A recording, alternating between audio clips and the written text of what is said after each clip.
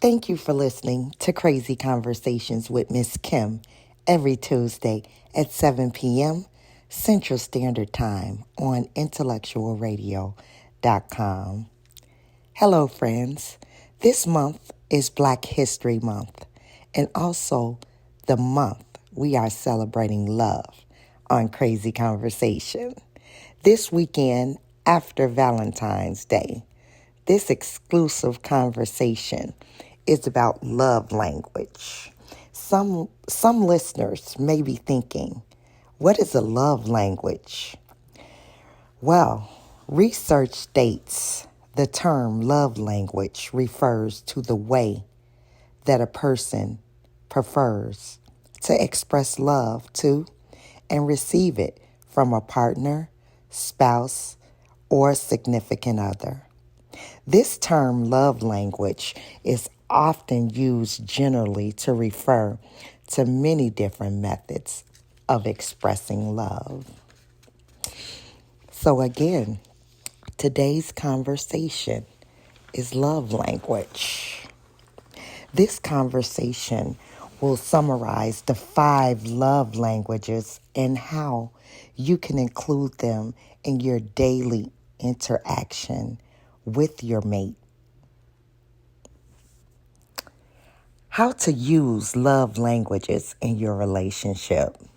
If we want to build healthy relationships, we have to work at it.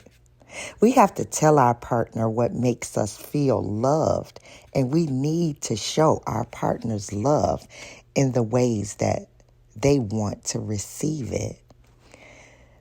That's how we can use love languages to improve the quality of our relationships, our marriages, our friendships, and our situationships.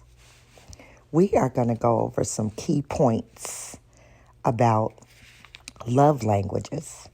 The concepts of love languages shows couples how to give each other's love in ways that is best received. My favorite, words of affirmation. An example of the words of affirmation love language might be when one partner compliments or thanks the other. Words that build your partner up and make them feel appreciated. Example, I love your wig today.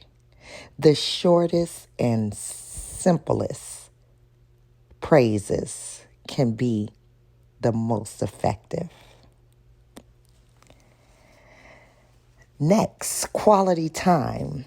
Those who prefer the quality time love language might enjoy taking trips or having deep conversations with their partner. This language is all about your undivided attention. This is my ultimate favorite, quality time, which is so urgent. It's so urgent in every relationship. No televisions, no smartphones, or any other distractions. For me, Mz.Kim, I want to always be my mate's center of attraction. I want my mate to look at me and me only, because at times life can start lifing, and every time you cancel a date, you postpone time together, or if you're not present during your time together, it makes your mate feel hurt, as it can make them feel like you care more about other things or activities other than them. This doesn't mean that we can't just curl up on the couch to watch Tubi. That is urgent when it comes to quality time. It's the smallest things It's the smallest things that can enhance your love language. We are going to take a small break, but we will be right back on Crazy Conversations with Mz.Kim on intellectualradio.com. Welcome back to Crazy Conversations with Mz.Kim on intellectualradio.com.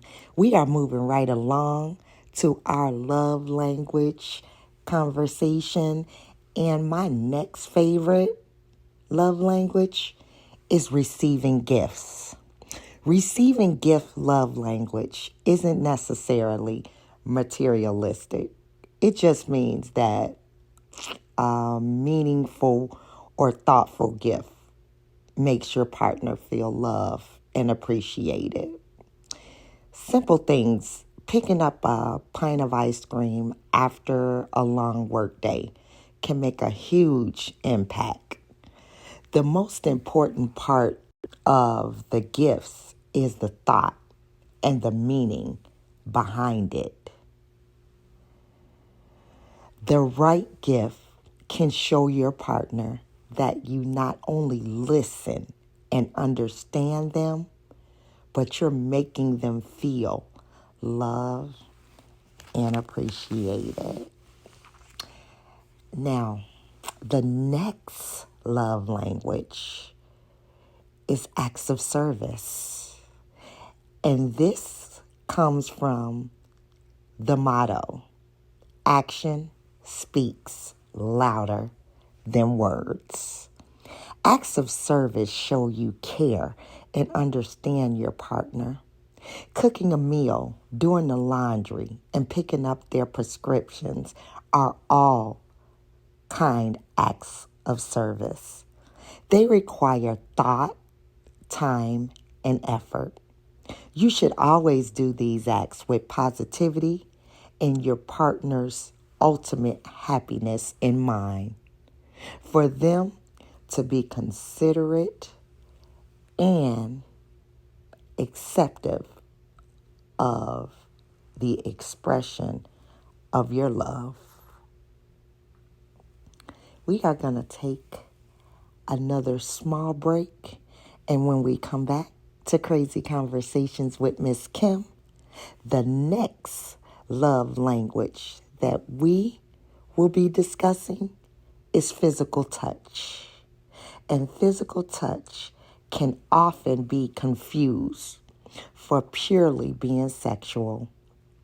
But in fact, it is more about intimacy. To people with this love language, nothing is more impactful than the physical touch of your partner. The way your partner makes you feel with a simple touch. I want to feel my mate is close by, not just emotionally, but physically. All of the words and gifts in the world won't change that.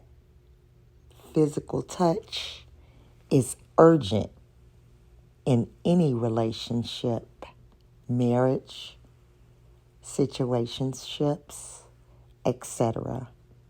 Stay tuned as we talk more about love language. And we're going to have a couple of individuals that would like to share their love language with Crazy Conversations with Mz.Kim. Stay tuned. We'll be right back. Welcome back to Crazy Conversations with Mz.Kim on intellectualradio.com.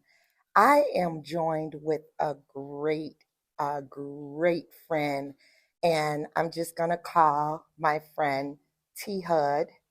And at this time, I have a question that I would like to ask regarding love language. Can you tell me how important is it to know your mate's love language? Well, when you think about love language, you have to think about the 5 different ways in which you show love. You show love through affirmation, through acts of service, receiving gifts, quality time, and physical touch. And in order for you to understand what your partner's love language is or your spouse's love language is, you have to be able to define each one of those and find those attributes in your spouse or your loved one in order to communicate effectively with them and to them. And one of those is more dominant than the other, meaning that they prefer one over the other. So somebody may like physical touch more than they like gifts. Somebody may want more affirmation than they want you to in terms of touching them. But you have to determine what it is. And where we make the mistake is that we feel that what we want is what we should inflict on the person that we're with. But what we should do is we should figure out what they want and give them what they need. Because our wants and our desires should not be greater than their need, but there should be an equilibrium. Meaning that even though I want X, Y, and Z, I got to give them A, B, and C first so that they can identify my X, Y, and Z. Well, I just had to clarify some things with some other individuals about love language. Love language is a part of every relationship. So I am not sure why people feel that it is not important to know your partner's love language. Because again, like you just stated, that some things will be loved a little more than others. And myself, I love acts of service and quality time. Those are mine. Those are what is urgent to me because I already endure often the physical touch. Mm-hmm. You know, the communication component is Right. covered. The receiving gifts, you know, is covered. Mm-hmm. So that quality time and the acts of service is so urgent in our marriage.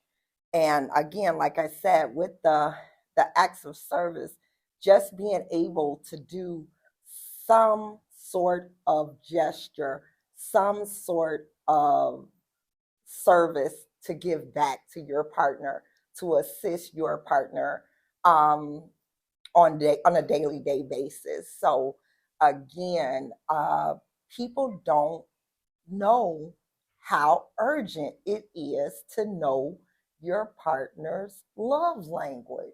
And that's the reason why their relationships don't work. Or that's the reason why their partners conform to what it is that they want, but are never happy. That's the reason why they always have conflict and never have a resolution to their problems. That's the reason why they go to their friends and complain and murmur about the things they're not receiving as opposed to talking about the things that they enjoy the most because they haven't taken the time. Many times we make mistakes in just settling and saying, okay, they're not meeting my needs, but I'm secure. They're not meeting my needs, but at least I got a house over my head. They're not meeting my needs, but at least I know I can get in this nice car and drive to work and show people on the outside that it looks good, but on the inside I'm really hurting. Yes. Or that I'm desiring more. I've been married to my lover for 21 years. And in those 21 years, it took 18 of those years to learn the love language. But what did I do to adjust? I adjusted by saying, okay, don't put your needs first. Meet their needs. Figure out what their needs are. And as I met the need, they reciprocated the need that I desired. How did they do that? Because then they began to investigate on how can I show my appreciation for what is always being done for me.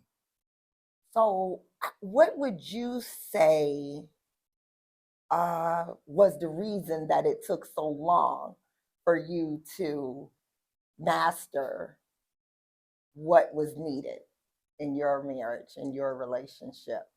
Why I did was it focused take so on me. long? It was about me. All about you. It was all about me. I need this, this, this, this, and this. If you can't give me this, we're going to keep it moving. Instead of saying, what is it that I can do for you to keep you with me? See, we selfish when it comes to love. We want it all. We want the whole kit and caboodle. Some people want it because they want to go out and boast about it, oh, my baby bought me this, my baby did this, my baby's moving this, my baby's making this happen. What are you doing to make your baby go out and brag? If your baby ain't bragging and they come home, all they doing is moping around looking silly and can't figure things out, and it just doesn't have that feeling of when we first met or that desire or that want when we first got together, then you're failing. You're failing. Why are you failing? Because either they have settled and you haven't come to the realization of what is needed, or you have settled and they haven't come to the realization of what is needed. Relationships are not one-sided, they're double-sided. Meeting needs does not mean that, oh, you're just going to meet my need, I'm not going to meet yours. When you go and punch that time clock every day at work, you're meeting your employer's need. You're coming in, producing their product, and you're giving them the level of service that they want you to give. And then they give you a paycheck. That's meeting your need. Yeah. So both of y'all needs have been met. But when you F up on that job, they let you go because you didn't meet their need, but they still gave you a check. Absolutely. So they met your need, but they got frustrated with you failing to meet their need. So they departed and separated from you because they felt they weren't wedded to you because you weren't loyal to what they needed. And that's how relationships work. Your loyalty has to go beyond what you think you desire and go to meet the needs of your spouse. You know, I'm not big on vacationing. I'm not big on spending money on lavishing clothing. You can find me in a pair of Converse. You can find me at Walmart.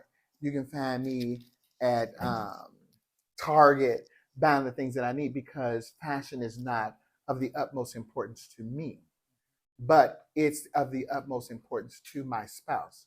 So when it's time for me to show up for my spouse, I'm not going to Target. I'm going to Zara. I'm not going to some of these other neighborhood stores. I'm going to put on a $300-400 suit because that's what's important to my spouse. So am I meeting an image need? Yes. Am I meeting an affirmation need? Yes. Because I'm affirming that what it is that they desire for people to see, I can give. And as a result of that, they know that when I want to be frugal, they know how to pull back. And they know how to accept the things that I want in terms of spending money and in spending time. And so then there becomes a balance. And what happens when you have a balance? You're on equal playing field. Yes. So there's nothing to discuss but the love we have. My mouth wide open. You just messed my head up. You fucked up my whole understanding on crazy conversations. You gotta be ready, baby. Things wrong. Yeah, we all have. We all have. But again, you have people who it's all about me, me, me, me, me. Especially in today's society, it's so how can I come up? Yes. How can you take me to the next level? Boo, I'm not moving you from the projects to the penthouse if you don't know how to operate in the penthouse. Everybody wants to be on the receiving end. Right, but if you don't know how to enjoy what is being given and you don't know how to reciprocate what is needed, then you're going to miss out. You may have grew up in the projects. I may grew up in a middle-class neighborhood where we had a home or we had, you know, fine things, and you may have not had as much fine things as we have, but you have values. You know how to get up and cook a meal. You know how to get up and take care of your family. You know that when chips are down, you know how to go out and produce and bring that money to the table. Yes. You know how to do whatever it takes to get things done. And that may be something that even though I've had a silver spoon in my mouth, I may not be able to do. But because you have those attributes and those qualities, and that's what attracted me to you, that's what brings me my balance and brings us our balance, because I'm going to share what I have with you and you're going to share what you have with me. It's not all about financial security. It's about intellectual security. Because when the sex is gone, when the partying is gone, when the ability to drive a car is gone, when the ability to, you know, pat you on the ass is gone, all we got is conversation. And if we can't stimulate each other mentally as opposed to physically, then what do we have? Will we make it to that 50th year anniversary? Because if I'm not hitting it, then you're not going to want it. Because that's all you were vested in the beginning. Can I say something crazy? Yes. It's crazy conversations with Mz.Kim. What you said just gave me a Woody. Where is Saul? I'm telling you. God damn it. Love language is urgent. Very much needed. Very much needed. So if My spouse goes to work and they're being beat up at work every day. Affirmation comes in when I say to my spouse, you're doing a great job. Yeah. You're doing an excellent job. You have went beyond and above. Now move on and get you a new job. That's affirmation. Yep. You don't have to be you don't have to be in fear of losing when we can gain together. Yeah. You understand what I'm saying? So if that's where your lack is, then I have to build you up in that lack. A simple, graceful build up goes a long way in a relationship, and can bring on some very happy times. You know, I was sitting watching a commercial, and I thought this commercial was very unique in its sense. And there was a commercial on Instagram where the two were engaged and they couldn't go to the movies, okay, because they didn't have enough money. So what did one partner do? The man went and got the popcorn bucket from the dollar store, a few packs of Reese's, a Snickers bar of Twix, some Raisinets, and a pack of ordinary Red Baker's popcorn that you can pop in the microwave, and bought a few bottles of beer. Popped the popcorn in the microwave, put the bucket on the coffee table, and then the young lady turned on the Netflix and they chose a movie. But they still had movie night, even though they weren't able to go out and enjoy a movie in public. So it's not about what people want. It's not about what people see. It's about what you have the capacity to do. And even though I can't afford to take you to the movie, I'm going to still take you to the movie because we're going to be in the movies in my living room. And a love language was accomplished. Yes. Quality time. Quality time. There's nothing wrong with to be and chill. Right. And you don't have to share with anyone because at that point it's your moment. And just think about it. Now, had they been able to afford to go to the movie, been able to afford to buy all those things at the movie, and do those same exact things at the movie, what would they have to contend with? The actions of others. Distractions. Right. So is it more advantageous of me to focus on you and us? Or is it more advantageous of me to focus on the distractions around us just to show people we have the capacity to do it? And that's where people mess up. Oh, I want you to take me here. I want you to do this. So you can go back and tell somebody what you did. Right. It ain't about what you did. It's about what you accomplished. You can post What did you write? What did you accomplish? When you went and spent that $1,000 on that dinner, what did it accomplish? Because ultimately, aside you did not have getting you a full stomach. The full stomach is all. Right. So when you address all those things and you begin to not want to do the things that you desire to do, but put emphasis on what your partner or your spouse or your loved one, whatever you want to call them, desires to do, the reciprocation automatically comes because they're going to be in a mindset that, oh my God, they're doing everything that I need them to do for me. I'm going to lose them to someone else if I don't do something for them. What is it that I can do for them? And you can't be afraid to ask the question, what am I missing here? Why am I not satisfying you? What do I need to get you to where I am? Because you're giving me everything I need. I need those 21 years. You got me like feeling all fuzzy and warm inside. Yeah, you gotta have it. All I want is love after that. You gotta have it. You gotta have it. So if you take self out of the equation, you betting 1,000. You know, I watched my parents love on each other, master the art of love, communicate with each other, never fight in front of us, never do things that were inappropriate in front of us. But I know they had arguments. I know they had discussions. I know they had their battles, but they took the time to listen to one another and respect each other's, where each other were on the playing field and build each other up so that they can be on the same level at the same time. And see, a lot of us want to be, oh, I'm doing this, I'm doing that, popping our collar, doing this or whatever. Baby, you can make $100,000 and be worth nothing. Not a damn thing. And somebody making $30,000 can do 3 times the amount you have done in the 50 years you've been sitting here. I don't know why they think that makes the person. It don't. It ain't about money, cars. It's about what happens in the end. When the doors close, the shades come down, and the lights go off, what do I have? If I'm still empty, if I'm still without, and if I'm still feeling lack, your money ain't did nothing for me. Not a damn thing. So I'm moving on. So I That's why the past relationships didn't work, because I moved on. Because you moved on, baby. I'm moving on. Yeah.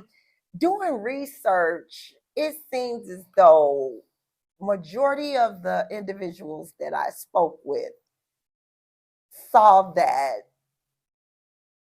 their problem love language was physical touch.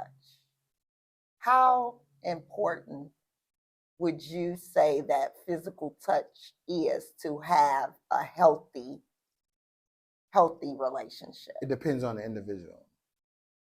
Because before I physically touch you, you have to stimulate me before I get there. How do you stimulate me? You stimulate me through intimacy in the mind. You stimulate me through intimacy of mystery. What is it that I haven't experienced that you have, that you're teasing me with before I get to the point where I need to touch you? You know, is it that getting up out of the bed naked in front of me and going to the kitchen to cook my breakfast? Is it coming out the shower and accidentally dropping your towel and telling me, oops, can you pick that up for me? Is it calling me while I'm at work saying, you know, I really miss you? There's just something about your presence that I need around me. What time are you coming home? Is it the candle that's lit at dinner table and I'm watching you blow it out as you proceed to fix my plate? What things are you doing to lure me to the point of touch that will get me to the point of the intimacy that you desire? I'm going shopping. I'm going shopping. I ain't buying none of the towels. But you also have those people who don't need any of that, who just want to have you all around them. But does it mean that they want you banging them out every day? Absolutely not. They just may want a hug. They just may want a kiss. They just may want a pat on the butt.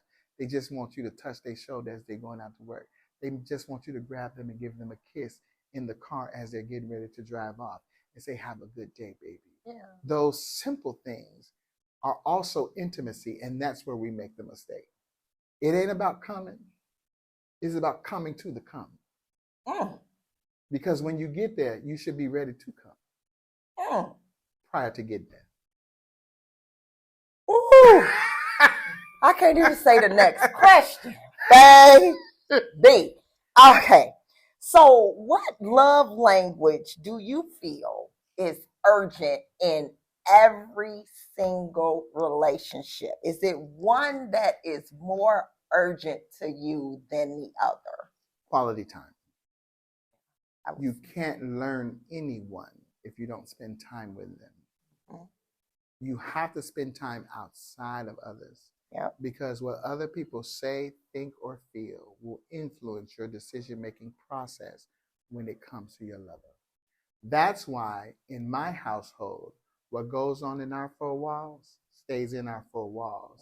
Because I don't need nobody on the outside looking in telling you that it's wrong and it's messed up so that they can unlock the door when you leave. Because you got people out there who want to do that. Waiting in the bush. Waiting in the bush. Your best friend waiting in the bush. Could be waiting in the bush, waiting on you to fail and fall on your face and say, I told her she messed up. Now I'm here to pick up where she left off. Waiting in the bush for the burning bush. There you go. Baby, they waiting. There's vultures out there. If God created a vulture to pick up the spoils, what makes you think the human doesn't have those same characteristics to come and pick up those same spoils that they messed up on?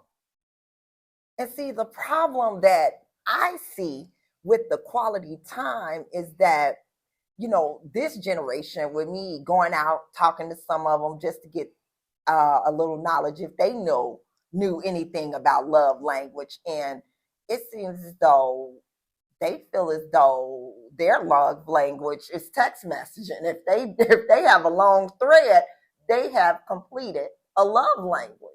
In their mind, they have. And you can't discount that because that's where they are. But it takes seasoned people like you and I to show them that there's more to it than the text. It takes seasoned people like us to show them that there's value in being in someone's presence. There's value in communicating and talking about things that are uncomfortable. There's value in talking about things that you like and you dislike. There's values in things of talking about how you offended and defended me. And, you know, if we can talk about those things, then you give the other individual an opportunity to make an adjustment. And you don't put a time on that adjustment. And that's where your patience comes in. And that's where your quality of service comes in. Because I'm going to still serve you at my capacity until you reach where I am at the level of service you need to be. Mm. So it is what it is. You talking about season, baby. You put the lemon pepper on it. You put the That's lemon how pepper I on feel. it. That's how I feel. I mean, and I had many failed relationships prior to where I am now. Many. And then I had to ask myself, well, why didn't this one work? Well, what did I do in this one that didn't make it work? It wasn't about them. It was about me. What did I do? So I had to consciously make the adjustment. I had to consciously say, okay, this is where I need to be for me so that I can eventually get what I desire and what I want. You know, my spouse is messy as all outdoors. Mm-hmm. You know, in growing up in my home, if you didn't move the furniture, the house wasn't clean. Mm-hmm. So I'm always rearranging. I'm always cleaning. But I know that that's not their strong suit. So do I get mad? No. But I work with them and show them in tandem. That's where the quality time comes in. This is how I desire it to be. So if I like a towel folded a certain way and they're doing laundry, I'm going to say, baby, you want me to help you do that laundry? And then when they see me fold the towel and put it on the shelf, they'll be like, oh, man, I didn't know that towel would fit on the shelf like that if you fold it like that. Ding, now the towel's folded the way I want it to be folded. Oh, my goodness. Now, my question. Now my underwear drawer. My underwear next to the t-shirts I want to wear, and they the same color, because I ain't putting on no white t-shirt and black underwear. I'm going to put on white t-shirt and white underwear. Right, you got to or a black t-shirt and black underwear. That's it. Okay. We not. Got to coordinate. Right.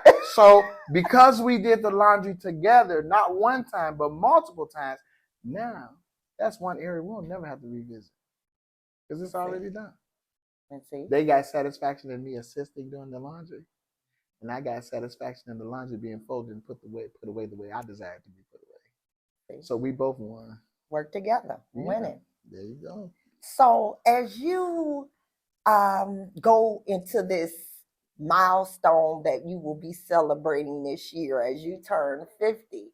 You and I are turning 50 together, and we are both Scorpios. Yes. So we you know how we get. 1974. You ain't gotta say nothing else because we got revenge on our heart and in our soul. We gonna show you better than we can tell. Baby, I promise you. How does it feel going into, you're turning 50 and you have pretty much mastered what is needed to keep your love languages effective in your marriage? I now realize that the next 50 are going to be a breeze compared to the first 50. So I'm looking forward to these next 50 because there's no question about what we're going to do because we've already established our path. Our path is to keep growing as one, keep nurturing each other as one, keep affirming each other as one, and making sure that number one, that quality time is spent. Oh my God. So you're talking about trips to places that I don't desire to go to, but I'm going to go because it's in the experience of sharing, not in the experience of going. Wow. So is there anything else that you would like to say on Crazy Conversations with Mz.Kim? Because this month is about love. Yes, it's Black History Month, but we are celebrating love this month. And this conversation on love language came in handy. It did not only help the listeners, but it helped Mz.Kim.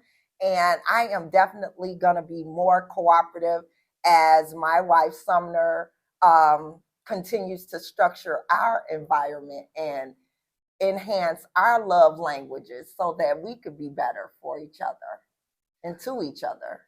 I will say this to your audience. If you love yourself enough, then you should have enough love to love somebody else. and put your wishes to the side so that you can meet their needs, so that they can reciprocate the needs you desire. Because it ain't about you. If you love yourself, you don't need love because you got it. But if you're trying to be in love, you need to love the one you with, make sure you meet their needs, and then I can assure you that they will reciprocate those needs. But they will only reciprocate them through communication, quality time, affirmation, and doing it together as one. It's so good loving somebody when somebody loves you back, and that's a fact. Thank you for listening to Crazy Conversations with Ms. Kim on intellectualradio.com.